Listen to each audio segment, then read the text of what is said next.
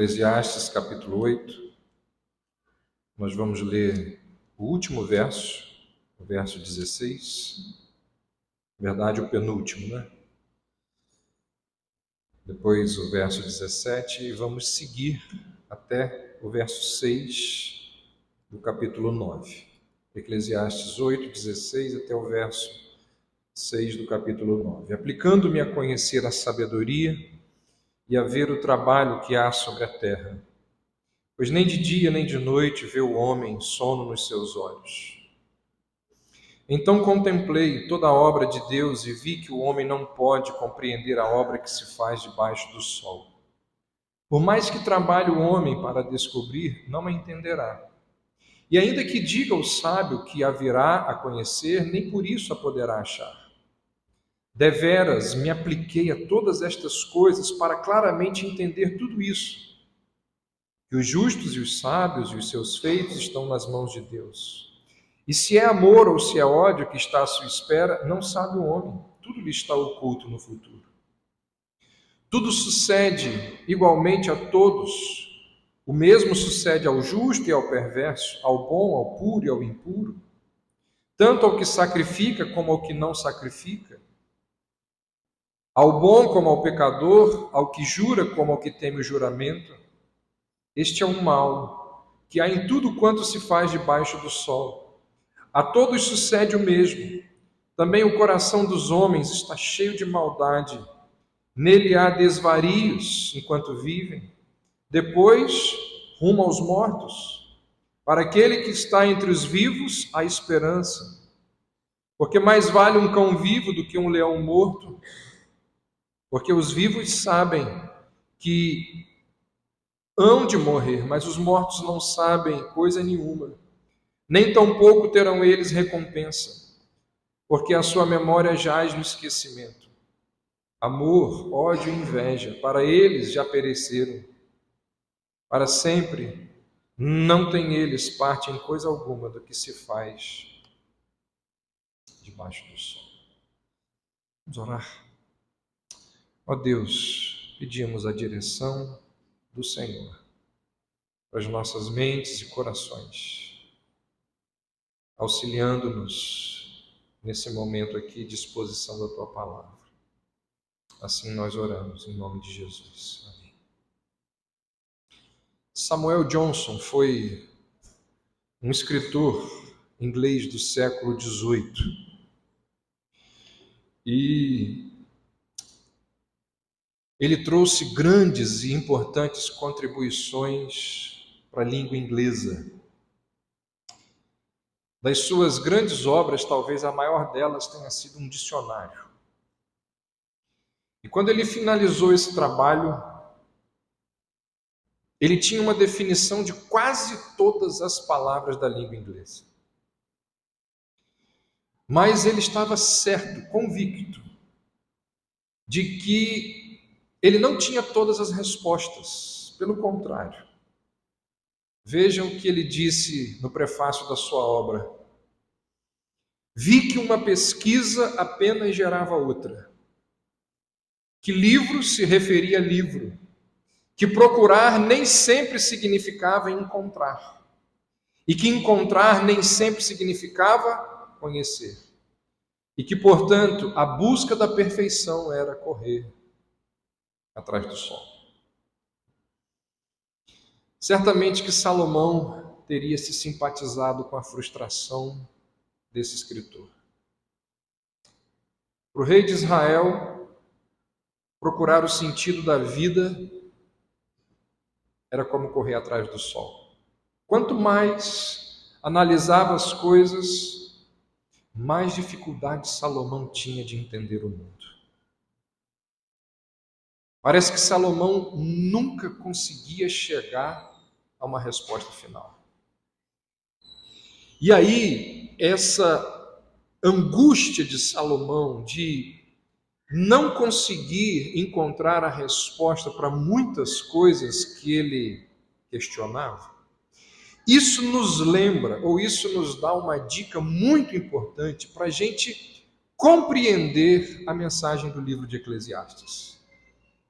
Porque Eclesiastes não é como um romance policial, onde, quando você chega no final da história, você descobre ali todos os enigmas do enredo e encontra as respostas que você não soube ao longo do livro e que você lá no final você diz: ah, sim, agora eu entendi. Eclesiastes não é assim. Eclesiastes nos revela a verdade da vida real. E qual é a verdade da vida real? Nós não temos muitas respostas que a gente gostaria de ter. Semana passada eu acabei aqui de pregar, aí na descida a Alain me parou aqui, a gente conversou um pouco, e a gente falou algumas coisas da mensagem, e aí Alain falou: mas sobre isso daí eu já desisti, eu já estou satisfeito, eu não vou ficar perguntando sobre isso. A vida real é assim, tem coisas que a gente não tem resposta, e nunca vai ter. Eclesiastes nos revela a verdade de que na vida real, mesmo que as coisas não façam sentido, a gente tem que continuar lutando. A gente tem que continuar lutando, mesmo quando as coisas não fazem sentido. Por isso que esse livro é encantador, porque ele nos fala da realidade. Ele não tem todas as respostas e nem alega possuir todas as respostas. Então esse não é o tipo de livro que a gente continua lendo até encontrar todas as respostas, que a gente não vai encontrar. Esse não é o tipo de livro que nos ajuda a saber como servir a Deus, mesmo quando a gente não encontra todas as respostas. Nós devemos ler Eclesiastes com a compreensão de que Eclesiastes ele faz parte de um livro maior, de um enredo maior. Na verdade, Eclesiastes é apenas uma parte da Escritura Sagrada que nos oferece respostas mais completas a muitas perguntas que Salomão faz aqui. Ou seja, nós devemos ler Eclesiastes à luz do contexto da Bíblia. Falei sobre isso na EBD hoje. E por que eu estou mencionando isso? Porque nós estamos chegando aqui no final do capítulo 8. Nós começamos lá no capítulo 1, final do ano passado. Começamos a estudar esse livro. Estamos chegando no final do capítulo 8. E nós encontramos Salomão aqui fazendo as mesmas perguntas. Salomão já passou da metade do livro e ele continua fazendo as mesmas perguntas. Ele não encontrou as respostas para as perguntas que ele levantou até aqui. Olha o que ele diz aí no verso 16 do capítulo 8, ele diz: eu me apliquei, ou estou me aplicando a conhecer a sabedoria e a ver o trabalho que há sobre a terra. Ou seja, ele não é dessas pessoas que passam pela vida sem analisar, sem ponderar. Ele investiga, ele busca, ele vai atrás de respostas. Mas ao que parece, uma resposta só conduz a outra pergunta. Ele encontra uma resposta e ele diz: ah, sim, agora eu entendi. Só que isso daqui me leva a uma outra indagação. E assim vai, e assim vai. Olha o que ele diz no verso 17: por mais que trabalhe o homem para descobrir, não entenderá. É a ideia lá do Samuel Johnson, do dicionário.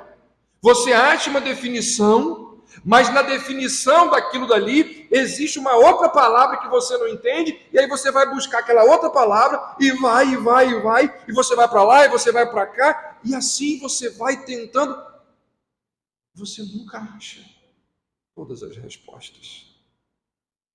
Como disse Samuel Johnson, talvez pensando aqui em Salomão, porque ele diz isso, é como correr atrás do vento. Parece tentar segurar vapor. Quando você vê uma possível saída, surge ainda mais dúvidas. O nosso problema é que, na maioria das vezes, para lidarmos com os nossos problemas, nós queremos soluções arrumadinhas, encaixadinhas. Só que não existe modulado na vida para a gente ir lá encaixar tudo certinho. Não tem. Na grande maioria das vezes, não existem respostas simples. Muitas vezes, pior do que isso, nós morremos no meio da coisa. Nós morremos e deixamos um monte de pontas soltas no mundo, com respostas que não, com perguntas que não foram encontradas respostas, com dúvidas e questões não resolvidas, a conta simplesmente não fecha. Você sabe muito bem do que eu estou falando. E talvez seja por isso que Salomão aqui no verso 16 fala de dias e noites sem sono. Olha o que ele diz aí. Nem de dia e nem de noite vê o homem sono nos seus olhos. Porque você vai deitar e você fica lá pensando. Acontece com você, não? Os problemas que aconteceram no dia. O que você tem que fazer no outro dia? E aquilo fica na sua cabeça. Eu vou fazer, não, se eu fizer isso não vai dar certo, se eu fizer aquilo, e você fica ali. E quando você vai perceber, já são 3 da manhã. Dias e noites sem sono, falando de insônia, mostrando que passava noites em claro, tentando entender os caminhos de Deus, as situações da vida. E quanto mais ele tentava entender, mais ansioso ficava. Ou pode ser que ele está aqui mencionando a verdade sobre os nossos próprios dias inquietos e noites sem sono. Nós estamos sempre tão ocupados que parece que a gente nunca consegue ter o descanso que a gente precisa. Quem que não sonha ter um dia na semana para colocar tudo em ordem? Quem dera que eu tivesse um dia na semana para ajeitar tudo. Quem não gostaria de ter 24 horas entre a quarta e a quinta-feira? Nesse dia, a gente não teria permissão para telefonar para ninguém, para marcar compromisso, para abrir o WhatsApp, para abrir... Não, a gente só ia resolver os problemas. Mas a verdade é que se a gente tivesse esse dia extra, esse tempo extra, não ajudaria. Porque se você nos der 8 dias na semana, a gente vai preenchê-lo com 9 dias de trabalho. Parece que a gente não consegue nunca descansar. Então pode ser que quando ele fala aqui de noite sem dormir, seja a dificuldade que a gente tem de descansar por causa dos problemas, ou porque a gente também não consegue descansar por causa da quantidade, volume de coisas que a gente tem para fazer. Resumindo a ideia dele aqui, esse é um mundo, nós vivemos num mundo que é muito maior, é muito mais do que a nossa capacidade de compreender e de dar conta. O negócio parece que não acaba nunca. É por isso que o livro de Eclesiastes, ele é agridoce. Porque ele nos lembra que a vida é feita de momentos muito mais difíceis, complicados, amargos do que doces. A nossa vida é feita de momentos muito mais amargos do que doces. Ou seja, nós devemos perder a esperança de que esse mundo pode trazer satisfação para o nosso coração. Em meio a tantas coisas incompreensíveis que levam Salomão a ficar noites sem dormir, em meio a tantas coisas incompreensíveis que ele vem perguntando sem encontrar respostas, ele menciona mais uma. Verso 17 ele diz aí: contemplei toda a obra de Deus. Assim como ele, nós vemos a obra de Deus, mas a gente não a compreende. Ele diz: o homem, olha aí, o homem não pode compreender a obra que se faz debaixo do sol. Não importa quão sábios sejamos, não importa o quanto a gente trabalhe para descobrir, olha o que ele diz: por mais que trabalhe o homem para descobrir, não entenderá. Ainda que diga o sábio que a virá a conhecer, nem por isso a poderá achar. Salomão está fazendo o que aqui? Nos confrontando com a limitação do nosso conhecimento.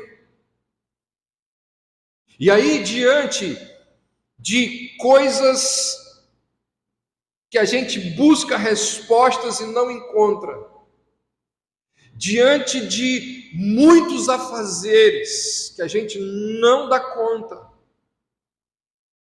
diante da obra que Deus realiza em tudo isso e a gente não entende, qual é a melhor forma de reagir a tudo isso? Como que eu, você, nós devemos nos portar diante de tudo isso que eu estou falando até aqui? Algumas pessoas olham para toda essa confusão do mundo e elas simplesmente concluem o seguinte: ah, Deus não existe. Isso aqui é uma loucura, isso aqui não tem sentido. Outros não são assim tão radicais. Eles creem sim que Deus existe, mas que Deus simplesmente não se envolve com esse mundo. Concluem lá que o Criador abandonou a sua criação. Se formos sábios, nós também reconheceremos que existem muitos mistérios da vida que a gente não consegue compreender. Mas, diferentemente dos ateus e dos deístas, nós reconheceremos que Deus controla todas as coisas. Apesar dos pesares, apesar de não termos respostas, apesar de não entender por que um Deus bom, justo, poderoso, permite tanta injustiça, permite tanta impunidade. Nós vamos olhar para o mundo nesse contexto e nesse cenário sem colocar em xeque aquilo que cantamos aqui há pouco, que o nosso Deus é soberano. Nós não entendemos, mas nós sabemos que o nosso Deus é sábio. Nós não compreendemos o porquê de um monte de coisas, mas a gente não questiona a capacidade de Deus.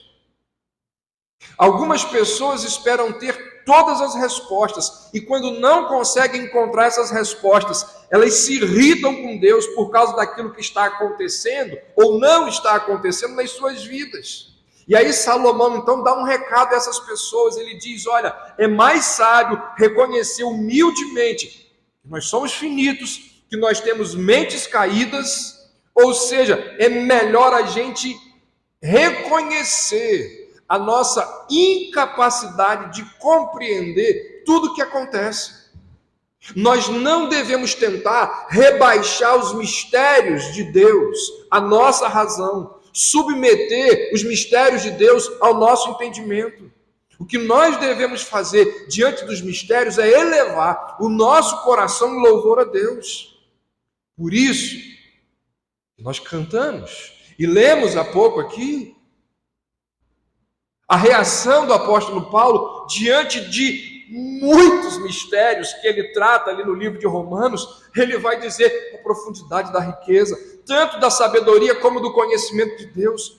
Quão insondáveis são os teus juízos, inescrutáveis os seus caminhos. Quem conheceu a mente do nosso Senhor? Quem foi o seu conselheiro? Quem primeiro deu a ele para que ele venha a ser restituído? Salomão termina como? Com exaltação. Porque dele, por ele, para ele são todas as coisas. Glória, pois, a ele eternamente. Amém. Ou seja, Salomão está aqui, na mais da metade do seu livro, e ele continua perguntando, ele continua indagando, e ele não tem respostas. Um monte de coisa que ele pergunta. O livro de Eclesiastes não é como um romance policial. Ele trata da realidade, porque assim como a nossa vida, ele tem pontos que ele não sabe responder. Mas apesar de não ter respostas para todas as coisas, Salomão diz aqui, o Senhor continua controlando tudo. Ao invés de se frustrar, porque não obtém todas as respostas, porque não entende o porquê de Deus fazer o que faz, Salomão nos convida a nos contentarmos com os planos de Deus. Salomão está dizendo assim: onde falha a nossa razão, deve prevalecer a nossa fé. Salomão está dizendo, nunca, em hipótese alguma, diante dos problemas, diante das questões desse mundo, nunca deixe de acreditar que Deus está no controle. E aí olha o que ele diz no início do verso 9, no capítulo 9.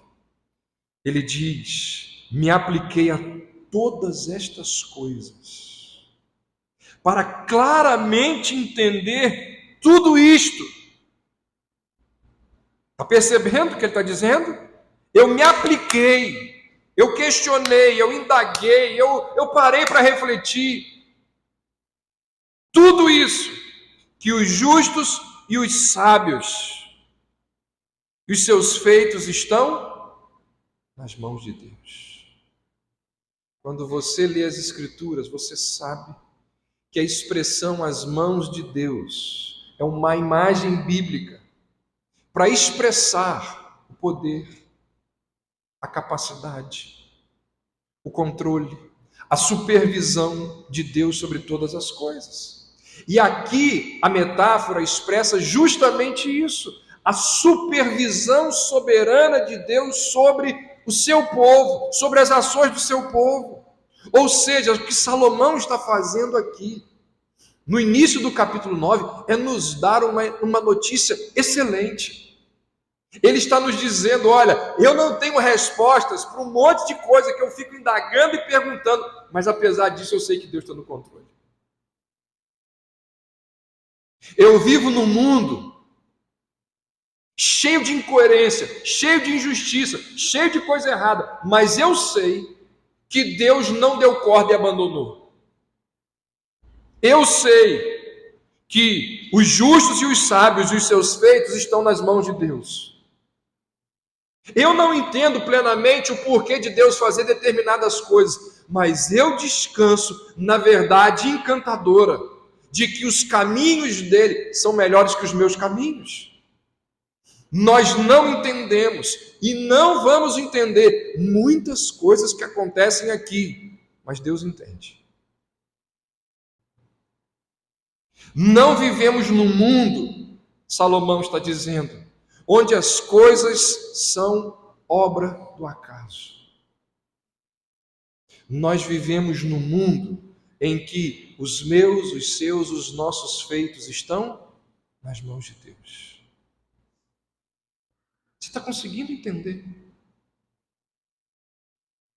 Ele questiona e não tem respostas. Esses questionamentos muitas vezes o levam a perder noites de sono.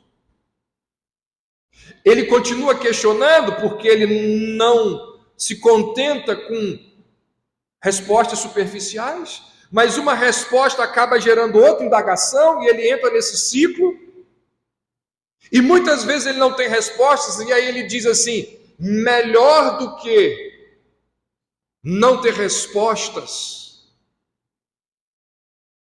é não ter respostas e acreditar que Deus controla todas as coisas. Porque tem muita gente que não tem resposta e vive nesse mundo sem a orientação divina, sem crer que tudo está nas mãos do Senhor. Na sessão anterior, lá do capítulo 8, que a gente viu semana passada, se você se lembra, Salomão ele vai reclamar que há uma inversão de destino. Salomão diz que os perversos se saem como justos e os justos se saem como perversos. E ele ficou impressionado com aquilo. E aqui novamente, Salomão fica perplexo diante de um outro fato. Ele diz: o destino é o mesmo para justos e injustos. Olha o que ele diz aí no verso 2. Tudo sucede igualmente a todos. E quando ele reflete sobre isso, ele entra no tema da morte, que vai aí do verso 3 ao verso 5. Mais uma vez ele fala da morte como o equalizador da vida. E aí Salomão então diz, todo mundo morre, os bons, os maus, os corruptos e os corretos, os puros e os imorais, os jovens e os velhos, os que têm domínio próprio e os incontinentes, os longânimos e os impacientes, os seguidores de Cristo, os perseguidores do cristianismo. Ele diz, todo mundo morre. E aí ele diz o seguinte, olha aí no verso 6. Não tem eles parte em coisa alguma do que se faz debaixo do sol. Essa aqui é uma das partes mais pessimistas do Eclesiastes, porque aqui ele nos confronta com o pouco que a gente sabe. E depois com a vasta extensão daquilo com que nós não sabemos lidar, que é a morte. Ele já tinha falado da morte, ele volta aqui ao tema da morte, mas ele não volta apenas ao tema da morte. Quase que como um refrão de uma música. Tem a música, a gente canta e vai ao refrão, canta e vai ao refrão. Quase que como um refrão da música, ele volta mais uma vez à questão do ser humano aproveitar as coisas boas que Deus nos deu. E aí eu peço que você olhe, porque essa parte a gente não leu. Verso 7. Vai, pois, come com alegria o teu pão e bebe gostosamente o teu vinho. Pois Deus já de antemão se agrada das tuas obras. Em todo o tempo sejam alvas as tuas vestes, jamais falte o óleo sobre a tua cabeça. Goza a vida com a mulher que amas, todos os dias de tua vida fugaz, os quais Deus te deu debaixo do sol, porque esta é a tua porção nesta vida pelo trabalho com que te afadigaste debaixo do sol. Tudo quanto te vier à mão para fazer, faze-o conforme as tuas forças, porque no além, para onde tu vais, não há obra, nem projetos, nem conhecimento, nem sabedoria alguma. Gente,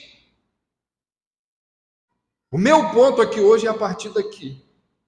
Mas eu não podia partir daqui sem falar da base dos versos iniciais. Qual é o ponto de Salomão aqui? Ele está falando aqui de um mundo repleto de injustiça, de coisas erradas que não fazem sentido e para as quais ele não encontra resposta. Salomão diz assim: num mundo como esse, num mundo que coloca todas as pessoas no mesmo lugar através da morte, morre o sábio e morre o tolo, vai para o mesmo lugar. Morre o rico, morre o miserável, vai para o mesmo lugar. No mundo onde a gente não tem resposta, no mundo que nivela todo mundo através da morte, existe um caminho sábio.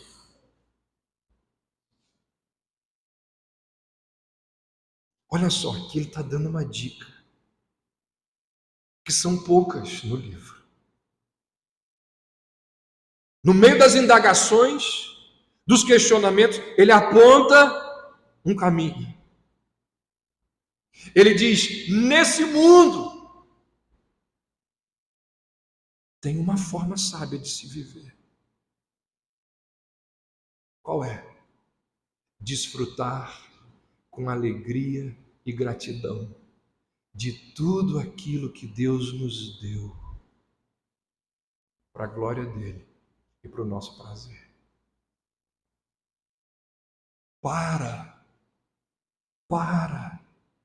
diz ele, de ficar ressentido com a certeza da morte. Para de lamentar a tristeza da morte. Para de se estressar com a possibilidade da morte repentina. Salomão disse: para com essa paranoia. Deixa isso de lado. Supera isso. Transcenda. E vá jantar. Se você não consegue comer, pelo menos senta lá na mesa de jantar. Ele está dizendo: sai desse ciclo. Tem gente que fica assim, ó, naquele, tudo é ruim, tudo está errado. Salomão diz: para. Eu sei que a vida é cheia de injustiça, eu sei que a gente não tem resposta para um monte de coisa, eu sei. Mas olha, Deus controla tudo. E por mais que a gente não tenha respostas, Ele nos deu uma coisa boa. Que coisa boa é essa? Vá desfrutar das coisas excelentes, agradáveis, boas que existem nesse mundo. Ele diz: vai, pois, come com alegria o teu pão, bebe gostosamente o teu vinho. Olha o que ele diz agora, gente: pois Deus já de antemão se agrada das tuas obras. Mais uma vez, como um refrão, ele volta nesse tema. E ele diz: olha, Deus ao criar o mundo não foi frugal. Deus foi extremamente prodigioso, extravagante, generoso. Deus fez um mundo encantador de diversidade, que nos deixa encantados, espantados, perplexos diante de tanta coisa linda. O salmista disse lá no Salmo 104: Senhor, que variedade nas tuas obras, todas com sabedoria as fizeste, e a terra está repleta das tuas riquezas.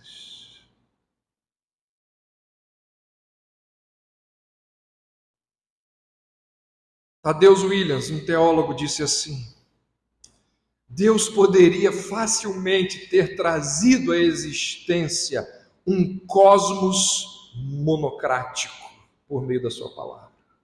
Pensa. Um mundo monocrático. Ele poderia ter criado um universo todo marrom, plantas marrons, animais marrons, arco-íris marrom sobre marrom, num céu marrom. Mesmo laranjas seriam marrons. Essa marrontopia seria perfeitamente eficiente e funcional na perspectiva da engenharia.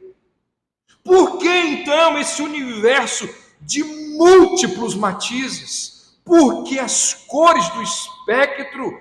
Por que morangos vermelhos, laranjas alaranjadas e limões amarelos?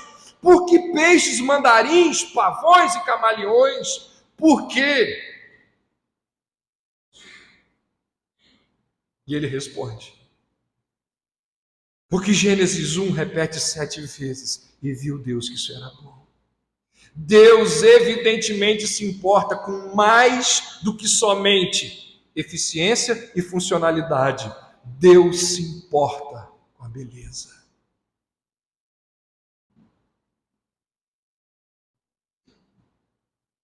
Ou seja, se foi Deus que criou toda essa beleza, Ele quer que eu e você façamos o quê? Só olhar?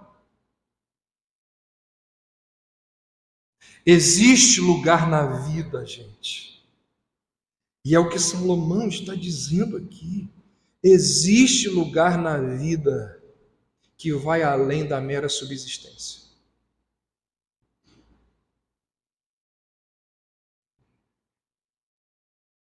Esse mundo criado por Deus está repleto de coisas encantadoras que Deus criou para que os seus filhos possam desfrutar.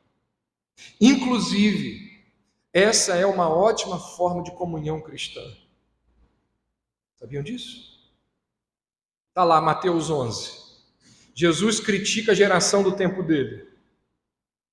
Aquela geração que reclamava de João Batista, porque João Batista tinha uma vida austera. Aí apareceu Jesus o quê? Comendo, bebendo com os discípulos. Qual foi a reação do povo? Chamaram Jesus de quê? Beberrão e glutão. É óbvio que Jesus nunca exagerou, é óbvio que Jesus nunca passou dos limites, mas Jesus fazia o quê? Comia. Jesus fazia o quê? Bebia. Jesus fazia o quê? Se alegrava com aqueles que eram seus. Sabe o que isso significa? Que isso tem lugar na vida cristã. A vida cristã exige, não é que permite, exige essa celebração da comunhão. E digo mais a você, em alguns momentos, que a gente precisa ter sabedoria para saber quais são, em alguns momentos até com extravagância.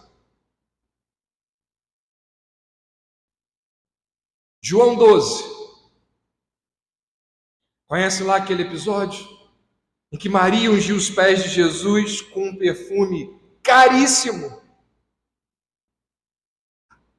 O que aquela mulher faz é algo bom, belo diante de Cristo. Ela usa um perfume extremamente valioso, extremamente caro, que poderia ser usado para muitas outras coisas, inclusive para pegar aquele dinheiro e dar para os pobres. Lembra que Judas falou isso? Que desperdício! Podia pegar isso aí e dar para os pobres.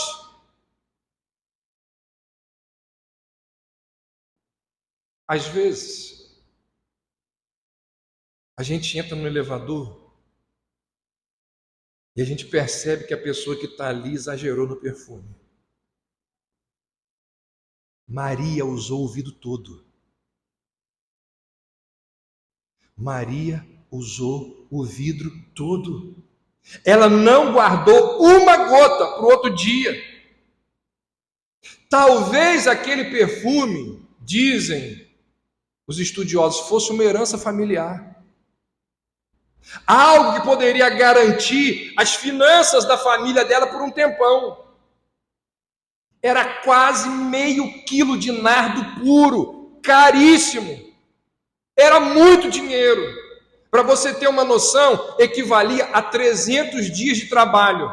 Imagina você pegar o seu salário de um ano inteiro, ir lá no shopping e comprar um item e gastar aquele item em segundos. 12 meses de trabalho. Você vai lá no shopping, pega todo o seu dinheiro de um ano, compra aquilo que vai ser usado, em menos de um minuto acabou tudo. Extravagância. Esse gesto de Maria perfumou a casa toda. E o que Jesus disse daquilo? Foi bom, foi legítimo, foi apropriado. Diante de Jesus foi belo. Deus nos chama a desfrutar das coisas boas que Ele nos dá. A vida, ela é agridoce. Nós não devemos deixar de sentir o doce só porque tem amargo. Tem um monte de coisa que amarga nesse mundo. Está aqui, ele diz, do capítulo 8, 16, até o verso 6 do capítulo 9. Tem um monte de coisa amarga nesse mundo. Mas é por causa do amargo que a gente não pode desfrutar o doce. Salomão diz, de jeito nenhum. Isso é falta de sabedoria. Inclusive, o Deus que controla todas as coisas, criou as coisas boas, para que nós venhamos a desfrutar delas. Infelizmente, alguém colocou na nossa mente uma definição equivocada de espiritualidade. Uma definição que muitas vezes vai contra justamente aquilo que a Bíblia chama de espiritualidade. Colossenses 2, Paulo vai lá e fala de um grupo de pessoas que defendia isso. Gente que dizia assim, não pode manusear, não pode tocar, não é para provar. Porque esse tipo de vida, esse estilo de vida é o que agrada a Deus. Gente que diz que espiritualidade é ficar escondido lá no meio do deserto. Ao longo da história, algumas pessoas que viveram negando as dádivas terrenas de Deus foram tratadas como mestres da espiritualidade. Porque ensinavam que espiritualidade é privar o corpo de prazeres, é viver num monastério, num voto de silêncio, tomando água morna e comendo chuchu frio. Isso que é espiritualidade.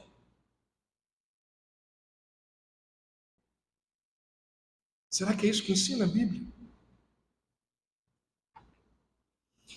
Vai, pois, come com alegria o teu pão, beba gostosamente o teu vinho, porque Deus já de antemão se agrada das tuas obras. Em todo tempo sejam alvas as tuas vestes, jamais falte o óleo sobre a tua cabeça, goza a vida com a mulher que amas, todos os dias da tua vida fugaz, os quais Deus te deu debaixo do sol, porque esta é a tua porção nesta vida, pelo trabalho com que te afadigaste debaixo do sol. Comida, bebida, perfume, roupa, pessoa amada. Salomão diz, aproveita, já vem pré-aprovado. Deus, de antemão, se agrada. Será que Deus quer que você se delicie com a comida? Será que Deus quer que você namore a sua esposa? Será que nós devemos nos alegrar nele por meio das coisas boas que ele fez? A resposta que ecoa dos céus e que vem através desse e de tantos outros textos bíblicos é um retumbante sim. Deus já de antemão se agrada dessas obras.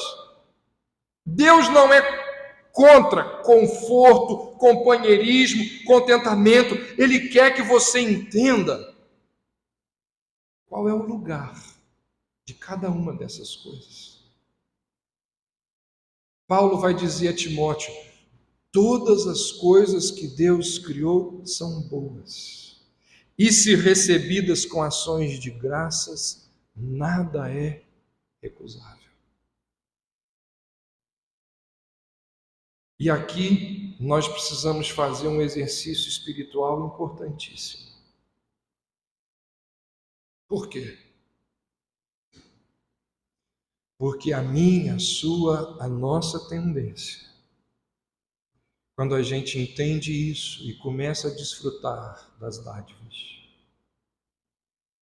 é se esquecer do doador. E para a gente não se esquecer do doador, nós precisamos o tempo todo desfrutar das dádivas com o coração grato. Todas as vezes que desfrutarmos das coisas boas que Deus nos deu, nós devemos ter um coração grato para com Ele. porque isso nos ajuda a nos mantermos no caminho certo. Isso nos ajuda a não nos esquecermos de Deus nunca.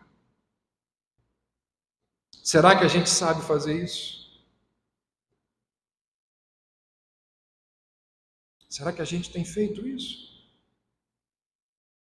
Fala a verdade. Você agradece a Deus pelo ar-condicionado, uma das maiores invenções da humanidade? Ou você só agradece de brincadeira? Mas você agradece de verdade mesmo, Senhor.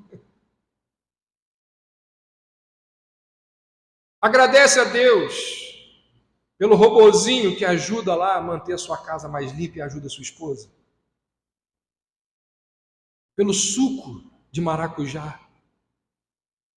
Pelo suco de laranja. Pela Coca-Cola. Coca-Cola. Pelos livros. Se agradece a Deus pelos livros. Que coisa boa, encantadora são os livros.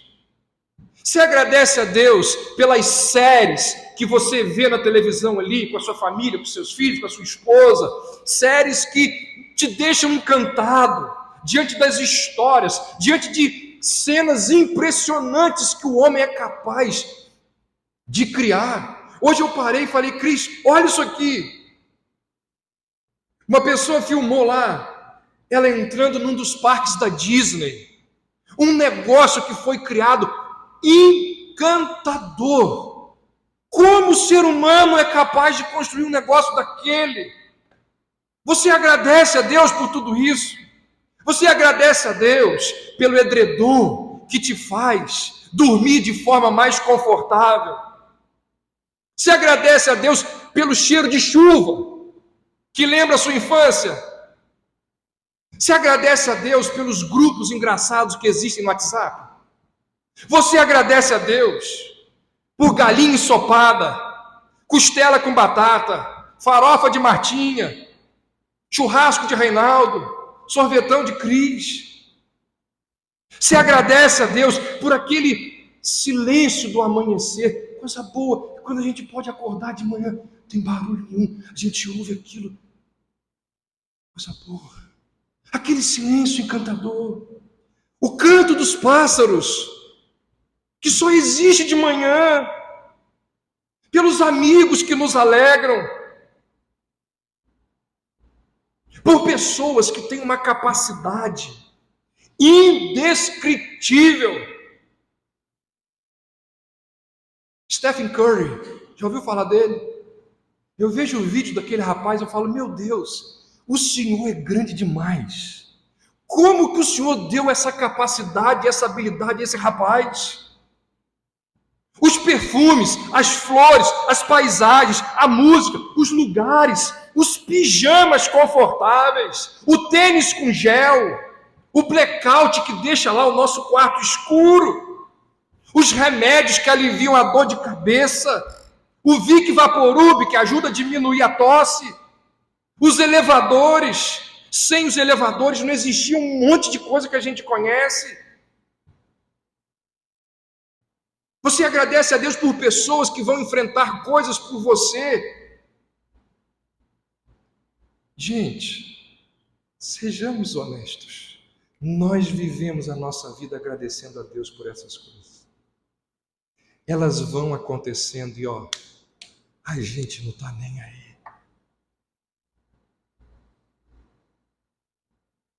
É um monte de coisa boa que a gente tem todos os dias, o tempo todo.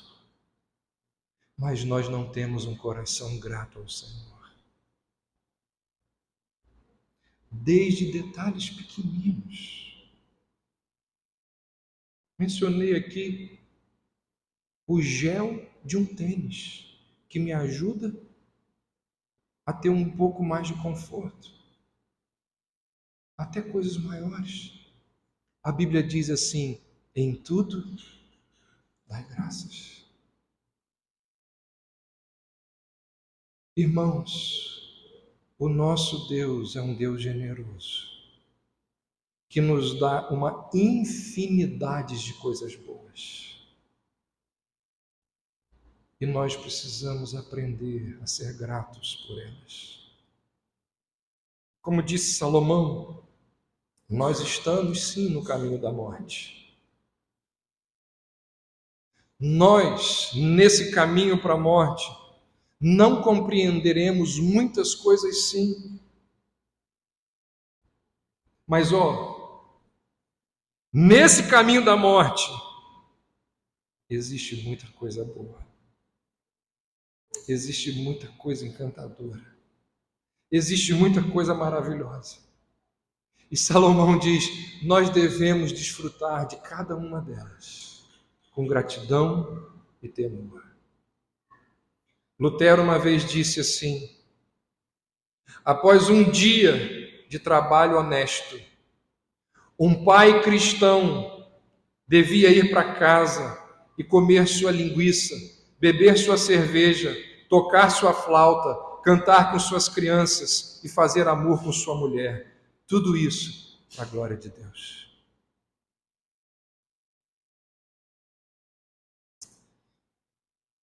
Que coisa que esse homem nos ensina aqui. A vida é cheia de incoerência, cheia de injustiça, cheia de perguntas sem respostas. Vai morrer todo mundo, mas nesse caminho tem coisa boa. O que é? As dádivas do Senhor. Tenha olhos para enxergá-las. Desfrute delas. E jamais esqueça de agradecer a Deus por cada uma delas, ao desfrutar delas. Óbvio, sempre colocando-as abaixo do doador, porque o sentido da vida não está nas dádivas, mas nos doadores. E quando a gente inverte isso, quando a gente inverte e coloca as dádivas acima do doador, dá tudo errado. Comida se transforma em glutonaria. Bebida vira embriaguez. Sexo vira fornicação, adultério. E assim por diante. Porque a gente está invertendo as coisas. Porque nós estamos abordando as coisas de forma idólatra, achando que são as coisas que vão trazer sentido para as nossas vidas. E aí dá tudo errado. Então, gente, o que eu queria dizer para vocês hoje à noite aqui? Na verdade, Salomão, nem por um momento acredite que desfrutar dessas coisas seja errado. Não é. Não deixe que pessoas amarguradas, com uma teologia deficiente, diga a você que desfrutar das dádivas de Deus é pecado. A incapacidade dessas pessoas de apreciar as dádivas de Deus leva-as a transformar piedade em hipocrisia, reverência em rigidez, santificação em arrogância. Deleite-se nas dádivas do doador. Isso não é contrário à busca pela santidade da palavra de Deus. Na verdade, buscar essas coisas faz parte da santidade na liberdade de filhos de Deus.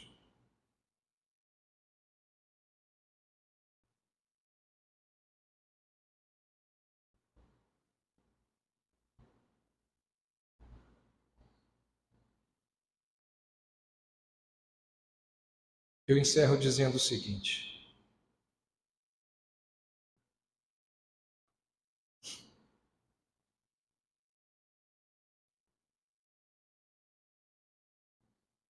todas essas dádivas que o Senhor nos dá, elas apontam para um lugar. Todas essas coisas boas que o Senhor nos permite desfrutar, elas nos dizem que existe um lugar melhor, maior, muito mais encantador. Todas as dádivas elas nos direcionam para um outro mundo. Um mundo onde nós poderemos desfrutar de todas as coisas, sem frustração, sem fim, sem pecado, sem nada que nos impeça de ter alegria naquilo que desfrutamos.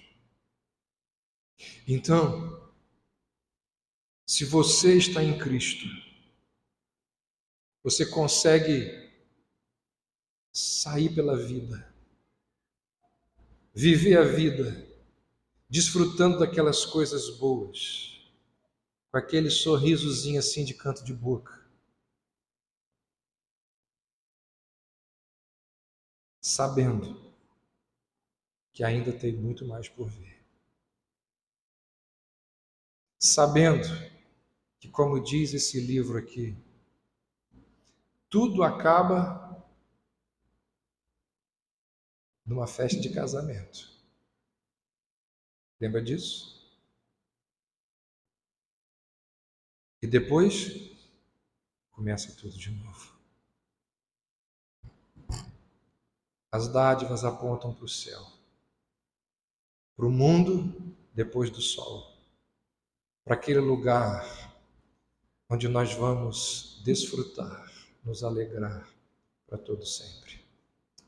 Que Deus nos ajude a, nesse mundo de injustiças, de incoerências, de coisas que não fazem sentido, e nesse mundo que nivela todo mundo através da morte, a desfrutar das coisas boas que Deus nos dá. Vai, pois, e goza do fruto do seu trabalho. Ame a mulher que Deus te deu. Ou seja, nós vivemos num mundo agridoce. E que Deus nos ajude a termos sabedoria para viver nele, para a glória dele. Amém. Ó Deus, ensina-nos, ajuda-nos, dá-nos esclarecimento. Ajuda-nos, ó Deus, a jamais invertermos as ordens. Ajuda-nos a jamais colocarmos as dádivas no lugar do doador. Mas que neste mundo repleto de coisas injustas e erradas,